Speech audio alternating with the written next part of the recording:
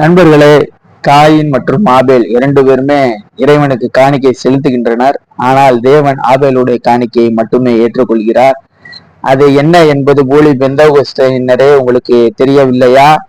ஆதியில நடந்த பவறு அது ஒரு கனி கிடையாது.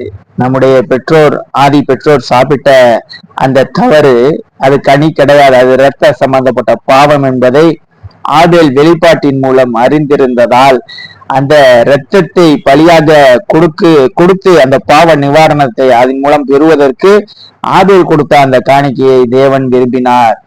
அந்த இரத்த சம்பந்தமான தவறு என்ன என்பதை நீங்கள் அறிய வேண்டுமானால் அதற்காகத்தான் தீர்க்கதரிசி வில்லியம் பிரன்காம் இந்த கடைசி காலத்தில் தேவன் அனுப்பினார்.